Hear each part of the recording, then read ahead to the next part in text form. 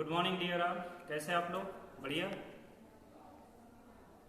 कल हमने इंटरफेरेंस इन thin film पढ़ा था और रीज़न बताया था कि आगे जो दो एक्सपेरिमेंट पढ़ने इंपॉर्टेंट उसके लिए बेस प्रोवाइड करना था।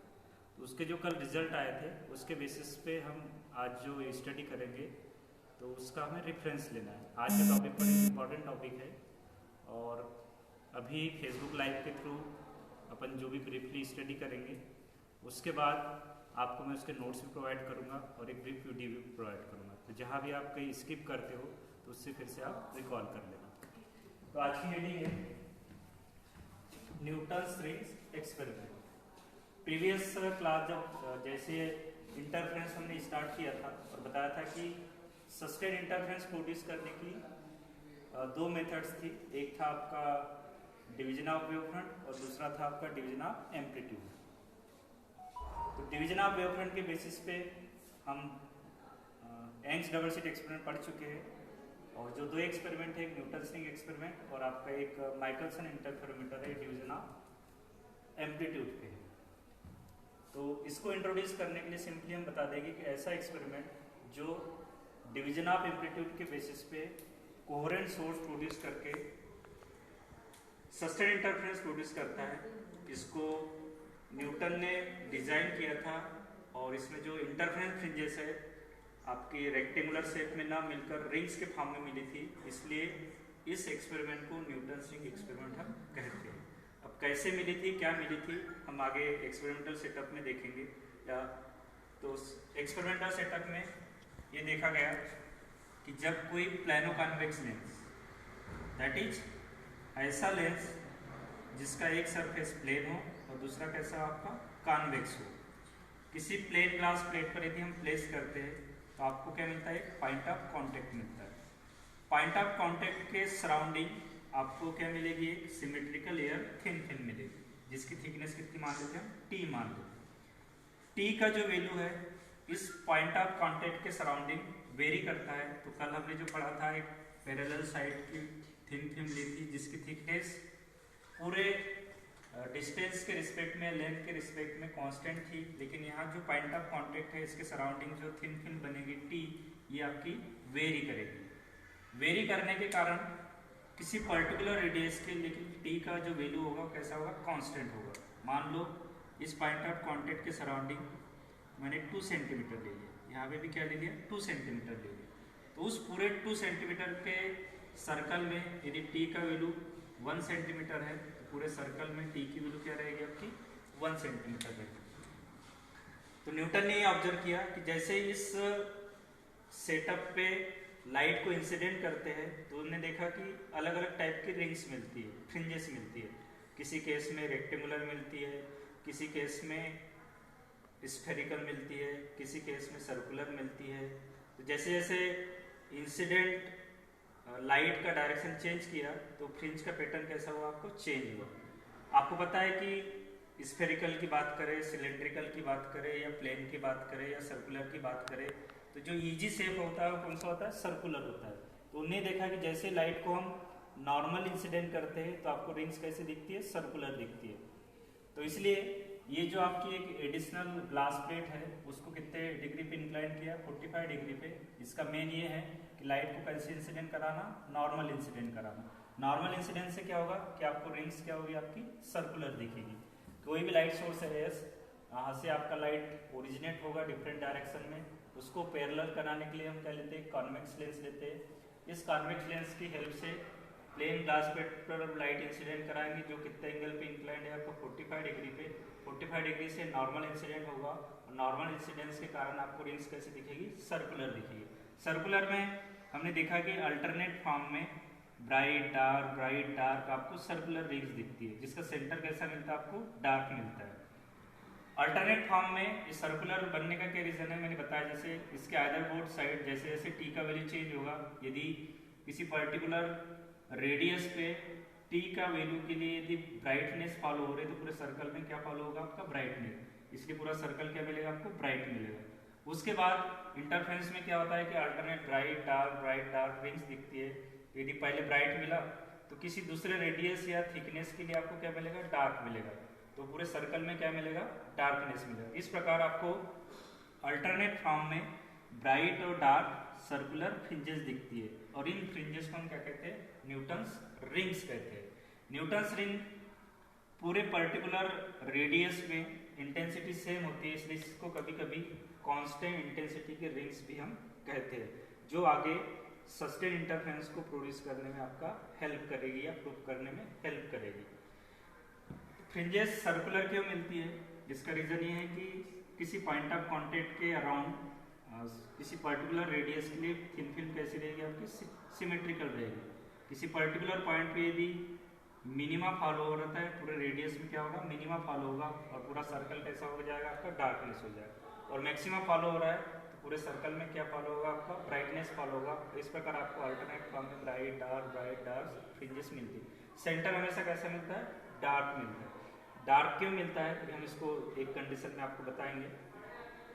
मैथमेटिकल स्टडी करने के लिए जस्ट थ्योरी ऑफ रिंग्स की बात करते हैं। थ्योरी ऑफ रिंग्स में हम देखें, ये आपका थिन फिल्म है, ये इसका रिफ्लेक्टेड पार्ट है, ये इसका ट्रांसमिटेड पार्ट है। रिंग्स कहाँ पे ऑब्जर्व हो रही है, आपकी रिफ्लेक्टेड पार्ट में। तो हमें ये देखना है कि रिफ्लेक्टेड पार्ट में किसी भी थिन फिल्म का पार्ट डिफरेंस किस प्रकार निकाला जाता है, जो कि कल हम निकाल चुके हैं। तो मैं इसलिए लिख रहा हूँ, in Newton's ring experiment rings are observed in reflected part of air thin film, therefore by using effective optical part difference from interference in thin film, कल जो हमने डेरिवेशन निकाला था, path difference equals to 2 mu t cos r plus lambda by 2।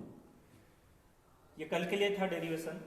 कल जो situation थी आपके पास, ये आपकी थिकनेस थी, ये आपकी थिन फिल्म थी, या मीडियम था, जिसका रिफ्लेक्टिव इंडेक्स क्या था, ग्रेटर देन 1 था। आज जो थिन फिल्म बन रही है, किसकी बन रही है, एयर की बन रही है। एयर का रिफ्लेक्टिव इंडेक्स क्या होगा, 1 होगा। इसलिए मैंने क्या लिखा, म्यू इक्वल्स टू 1 लिखा। क्यों, क्योंकि रिफ्लेक्टिव इंडेक्स किसका, एयर थिन फिल्म का। तो इस इक्वेशन में म्यू की जगह क्या पुट करेंगे, हम 1 पुट करेंगे। आर इक्वल्स टू क्या पुट कर रहा हूं मैं, 0। क्यों, क्योंकि यहाँ पे जो इंसिडेंस हो रहा है कैसा हो रहा है, आपका नॉर्मल इंसिडेंस हो रहा है। तो आई और आर क्या रहेंगे, आपके 0 रहेंगे। तो जो आपका आर है वहां पे हम क्या पुट करेंगे, 0 पुट करेंगे। इसलिए यदि मैं म्यू की जगह 1 पुट करूं और आर की जगह 0 पुट करूं, तो कॉस आर भी क्या हो जाएगा, 1, और पार्ट डिफरेंस इक्वल्स टू क्या मिलेगा, 2t प्लस लेमडा बाय 2। तो ये आपका हो जाएगा इफेक्टिव पार्ट डिफरेंस। अब इसके बेसिस पे आपको निकालना है कि कब ये ब्राइट होगा और कब ये डार्क होगा। तो हम कौन सी कंडीशन अप्लाई करेंगे, ब्राइटनेस और डार्कनेस की।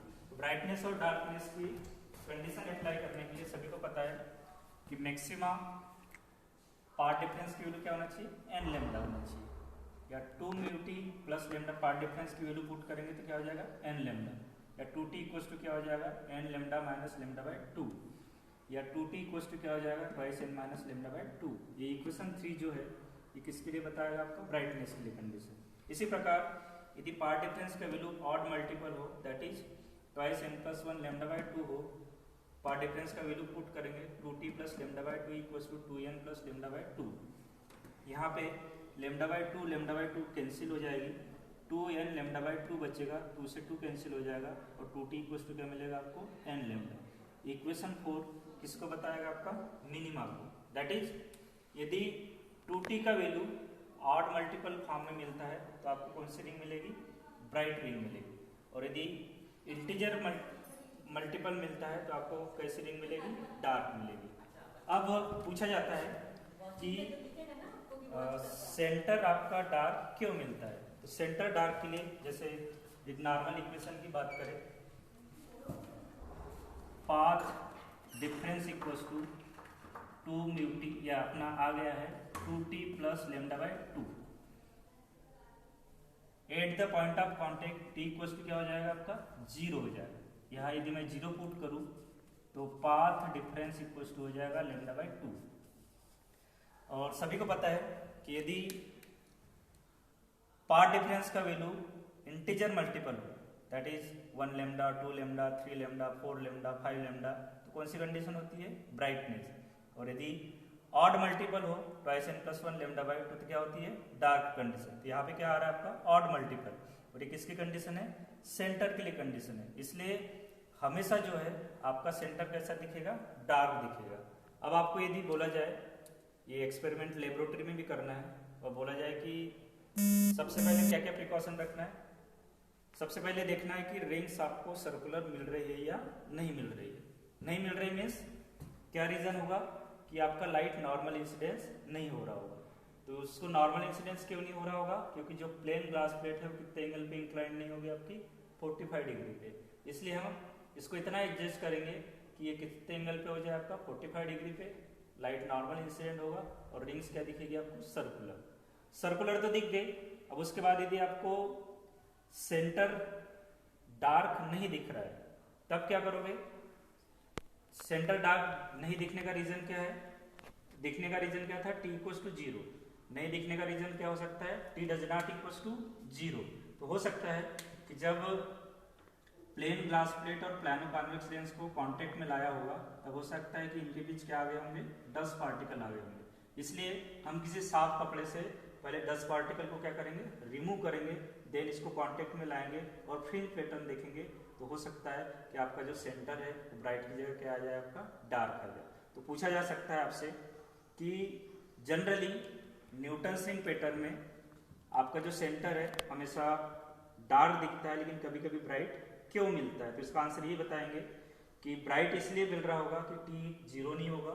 तो 0 क्यों नहीं होगा कि जब प्लानो कॉन्वेक्स लेंस और प्लेन ग्लास प्लेट के कांटेक्ट में लाया होगा तो इसके बीच का जो डस्ट पार्टिकल आगे होंगे और डस्ट पार्टिकल आने के कारण टी की वैल्यू 0 नहीं होगा।